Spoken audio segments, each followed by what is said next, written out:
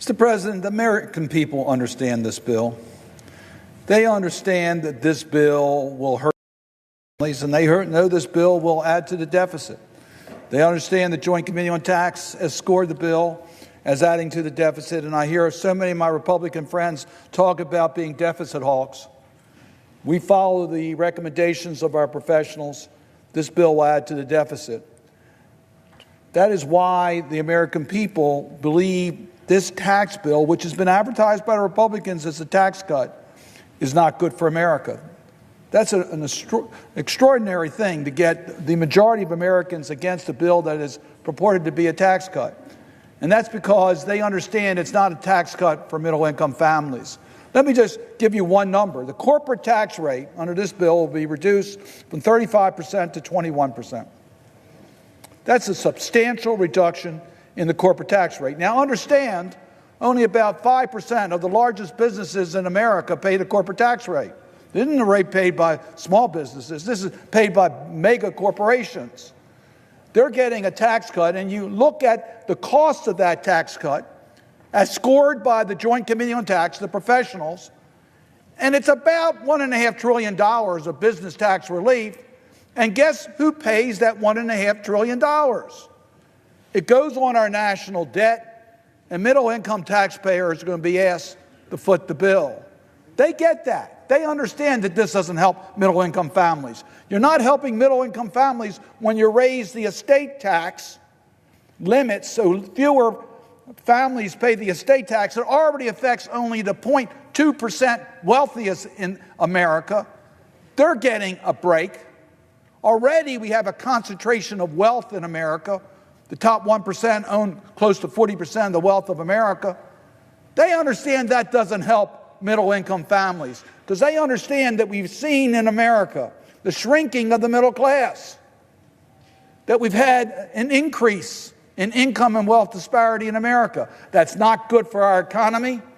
That's not how you grow an economy. You grow a middle class. This bill will not grow a middle class. This bill will make it even more extreme, the income and wealth disparities in this country. And they also get it. When we talk about what is temporary and what is permanent, I really appreciate my friends talking about the deficit. Of course, they don't include the fact that many of these tax provisions are only temporary, such as the major tax relief for individuals. That's temporary in nature. The business tax is permanent. And I hear my Republican friends saying, well, we'll just extend that. Well, you extend it, the deficit's even larger than the $1.5 trillion. But why are the individuals, why are the middle-income families that get some of the benefits of this bill, when you add it all up, they lose, but you get the benefits they get are temporary. Business tax relief, permanent. This bill is an assault on middle-income families. And when you take a look at the deficit, how we're going to have to pay off that deficit, and who's going to pay off that deficit, it's going to be middle-income families are going to be left holding the bill. We know that. And that's why this bill is not popular. That's why we know that it is not good for middle-income families, and it's not good for our economy. But we even go further than that in this bill. They even go further. It's been pointed out in the Senate, they added the provision that's now in the conference report that takes out an essential part of the Affordable Care Act on individual responsibility that would ultimately leave about 13 million Americans without health insurance. Now, Mr. President, why was this done? It's done for two reasons. First, the Republicans have been trying to repeal the Affordable Care Act, and these are 13 million people who have benefits today are going to lose it. But the second thing is, you can use those savings, and they're not real savings. We're talking about less money being used to help people get health insurance. Use that to provide additional tax cuts for wealthy Americans and corporations. So you're knocking 13 million people out of health insurance, using that money in order to extend these tax breaks for higher income and businesses. That's unconscionable. What's going to come next? Well, you're not even subtle about this. We now are going to say, well, the deficits are bigger than we expected. I hear, again, my friends on the Republican side, they're deficit hawks. Well, you're not deficit hawks when you deficit finance a tax cut. That's not helping this country. So what comes next? Well, we're going to have to cut Medicaid and Medicare. Who suffers when you cut Medicaid and Medicare? It's going to be middle-income families again. And then we're going to have to take a look at the federal budget. I've heard some of my colleagues already talk about this. I see plans right now that we're going to take it out on the federal workforce. The federal workforce, which has already contributed about $182 billion to the deficit through getting pay adjustments that are below the cost of living, having freezes, going through continuing resolutions and sequestration and government shutdowns, asked to do more with less. So we are talking about critical services to the American people, whether it's the research that's done at the National Institutes of Health, whether it's food safety, whether it's veteran services, whether we're talking about dealing with the opioid crisis in America. All that is at jeopardy, and we know that. We know they're coming back with cuts in these programs because we now have a bigger deficit as a result of giving corporations these big tax cuts, not all businesses, just the biggest businesses, and giving high-income people this tax relief. That's why the American people do not like this bill. And we talked about creating jobs. I hear my friend again talk about creating 1 million jobs under this tax bill, spending $1.5 trillion and creating 1 million jobs. Well, we had bipartisan legislation in the last Congress that took a couple $100 billion of one-time only revenues and said the responsible thing would be to use that for infrastructure, to seed infrastructure. And if we could get that up to about $300 billion, we created 4 million jobs. 4 million jobs for $300 billion. Here you got 1 million jobs by your own number, spending $1.5 trillion. It's a terrible investment for the American people. We can do better. But this bill is also an attack on our states. It's an attack on Marylanders. It's an attack on the state of Maryland. Marylanders will come out much worse under this bill. And there are many reasons for it. But one of the major reasons is that the bill eliminates the deduction for state and local taxes. And I got to talk a moment about that, because I did serve in the state legislature, as did many of the members of this body. And I believe that we should respect state and local government. It's the same taxpayer that pays local taxes, pays state taxes, pays federal taxes. Ever since we adopted a federal income tax, we've always, one of the only provisions that's remained intact throughout the entire history of the income tax is to say we're not going to tax on tax. We're not going to impose taxes on state and local taxes. And that, of course, was one of the reasons why a constitutional amendment was changed to allow income taxes. And now we're breaking that commitment on federalism. We're really breaking the constitutional spirit to tell our state and local governments that we're going to impose taxes on taxes and make it more difficult for you to raise the revenue you need in order to finance state and local services. So in Maryland, about 45% of Marylanders use the state and local tax deduction. We happen to rank number 1 in the nation on the number of taxpayers that use state and local tax deductions on their federal income tax returns. And the average amount, this is the average amount in Maryland on deductions for state and local taxes is $12,900. That's the average. So the average taxpayer in Maryland is going to pay more taxes as a result of the $10,000 limit that's imposed in this bill. But it even gets worse for Marylanders. And this is going to be typical, I think, in a lot of states around the nation. Maryland has an itemized deduction and has standard deductions on their income taxes, as many states do. But I think Marylanders are going to be surprised to find out that they may not qualify for itemizing their deductions at the federal level, because as a result of the changes that have been made here, only about 5% of the people in this country will still use the itemized deduction. So you go and do your federal taxes, then go to your state expecting you'll be able to deduct the state these items, only to find if you haven't deducted at the federal level, you can't deduct at the state level, because we harmonize in our enforcement with the federal government.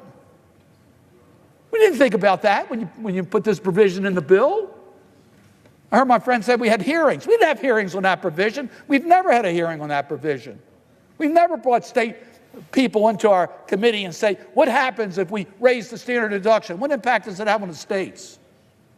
What impact on the states if we eliminate state and local tax deductions? We haven't had those discussions. And quite frankly, it's going to be more challenging for our states and local governments to meet their needs. And they have the primary function for educating our children and keeping our communities safe. That's a primary function of local government. Sanitation and dealing with public health is going to be much more challenging for our state and local governments to be able to do their finance. And did we consider that when we took up this bill? The answer is no. There are so many consequences to this bill that have not really been thought out. Let me just give you a few. There's a reason why people who are concerned about the real estate industry are concerned about this bill. The limitations we put on the deductions of property taxes, the limitations that have been increased on the amount of interest you can deduct on mortgages, will all have an impact on property values. Properties that Americans own will be less valuable with the passage of this bill because they will not be able to get the same tax advantages as they had prior to it. Have we thought about that impact? Have we thought about what that does to wealth of middle-income families? Have we thought about what impact that has on assessed evaluations, on local governments that depend upon property taxes? Been no consideration of that. I met this week, Mr. President, with leaders in our nonprofit community in Baltimore. We went over some of the issues they deal with in providing help to our community. And several were faith-based type charitable groups. And I went over what impact it's going to have with the restrictions on the number of people who are now going to be using itemized deductions. One of the charitable groups I met with, which is one of the faith-based groups, told me that the overwhelming majority of their givers are in middle income. And today, they are able to take a deduction because they use itemized deductions. Under this bill, most of those families are going to fall within the standard deduction and they will no longer be itemizing their deductions on their federal tax returns. Now, they don't know what impact that's going to have, but when their givers find out that there's no tax advantage to that gift, you know it's going to have an impact. We know that. Charitable giving is going to be down. And I hear my colleagues talk about frequently that a lot of what we do to help people, we rely upon the private sector. We rely upon the charitable groups. Do we have the courtesy to bring them into a hearing to understand the impact this is going to have? No. It's going to have a negative impact on our nonprofit charitable groups. And that is another consequence of this legislation that we don't have the full impact or understand. Let me talk just a minute about this 20% deduction on pass-through income. Just so that the people of this country understand, this is a rather complicated provision that was added to the bill. It provides for the providing additional tax relief for businesses that do not use the C tax rate. These are our partnerships, our S corporations, our limited partnerships, our sole proprietors. And understand what we're trying to do here, because we've cut the corporate rate so low, down to 21% from 35%, we recognize that other businesses now are going to be at a disadvantage, and that's true. So we're trying to figure out some way to give them tax relief. Now, I've heard my colleagues talk about simplifying the tax code.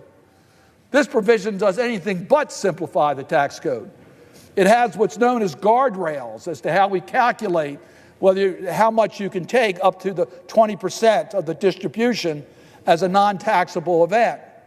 And that guardrails affect the type of business that you're doing, it affects the amount of assets that you have, it affects the amount of salaries that you give, the labor that's done within it, whether it's actually services or performed by the partnership or not. My goodness, it's a minefield for accountants and tax lawyers to now develop shelters. Mr. President, I'm old enough to remember the 1986 tax debates here in the United States Congress. I was not part of the Congress. I was in the state legislature at the time. And I remember the effort to get rid of shelters, because shelters are an inefficient way that you set up business structures in order to minimize taxes. Well, this pass-through provision is going to be used as shelters. There's no question about it. And we have had no hearings at all as to how we're going to deal with that problem. And then I heard a lot of my colleagues on the Republican side talk about how this is going to bring all these jobs back home. Now, let's make this clear. Make this clear. What this bill does is move towards a territorial tax system. What does that mean? That means companies today that outsource some of their work to another country will be able to only pay that country's tax rate rather than the U.S. tax rate. Now, that means that they'll be able to pay, in some cases, less taxes. But what they can now do, because we are harmonizing toward territorial tax, is that we are rewarding some companies to outsource. Do we understand what the lower tax rates for corporations, what the net impact will be on jobs in America? All we hear is, oh, we're going to create new job opportunities because we have lower rates for businesses. But we don't tell the American people that you can keep those jobs overseas and pay a lower tax rate. So let's be honest about that. And why didn't we have a hearing on that part? The consequences are far from understood. And then I heard several of my colleagues talk on the floor of the Senate about preserving credits, that we preserve this credit, or we didn't take, like you're getting credit for leaving something in the tax code. Well, let me say something. Credits are important. In the city of Baltimore, we've used low-income housing tax credits and historic tax credits and new market tax credits to generate a lot of economic activity. It's very difficult to put together a major economic program within our urban centers. Now, I could point to West Baltimore and how we've used all those tools for urban redevelopment. I can point to our arts district and how that's been used. But I know this. Credits are not going to be worth as much under this bill as they were before, because we've changed the value of a tax credit. What impact is that going to have? I don't know. The problem is none of us know. But it's going to have a consequence, and it's going to affect economic growth, and it's not going to be positive. And we haven't taken steps to try to counter that. And then I noticed that there are some changes in the renewable energy sector. I don't fully understand all the changes, but I do know those that are involved in wind and solar believe that what we've done has made it more difficult for them to get investors. And it sort of looks like perhaps this was an effort to help the fossil fuel industry. And when you look at the ONWAR provision, which opens up the pristine areas of the Arctic to drilling in Alaska, you know that this bill is tilted towards fossil fuels rather than having a level playing field for America's energy. I worry, is this the first step to mid-Atlantic drilling off the Atlantic coast, off of Maryland, and the impact it could have on the Chesapeake Bay? Mr. President, I must confide that I've been in conversations with some of my colleagues on both sides of the aisle, asking whether we will cooperate on a corrections bill. I find that amazing. We haven't passed this bill yet, and we're talking about the process to correct the mistakes that are clearly in this bill. That's not the way we should be legislating. We know that we're going to have to revisit the pass-through provisions because we know they're not drafted right. We know the tax credits are going to need additional time. We know that the energy provisions are going to have to be revised. We know we've done damage to middle-income families that they're going to demand that we correct. Why don't we get it right the first time? Why do we have to look at passing a bill that we know is badly flawed? The last point I want to make is that there's been a commitment that when we take up a tax bill, don't we want to simplify the tax code? Simplify it so Americans understand it better and feel more comfortable that everyone's being treated fairly. And secondly, the one argument I hear from almost all stakeholders is make the tax code predictable so we can plan. Give us the rules. Don't change the law all the time. Don't put temporary provisions in here, because Congress has a habit of missing extender dates. We've already missed extender dates in this Congress, and now we're talking about leaving town this week while we have provisions that are expired, such as the Children's Health Insurance Program. And what does this tax bill do? It's got numerous provisions that expire, some within a short period of time, adding uncertainty to our tax code and the planning of our tax code. This bill is anything but simplifying the tax code and certainly not providing the predictability. So, Mr. President, the American people get it. That's why they believe this bill should not be passed. It's an assault on middle-income families. It's dangerous to our national security by increasing our deficit. It will hurt millions of people who will lose their health coverage, and it should be defeated. With that, I yield the floor.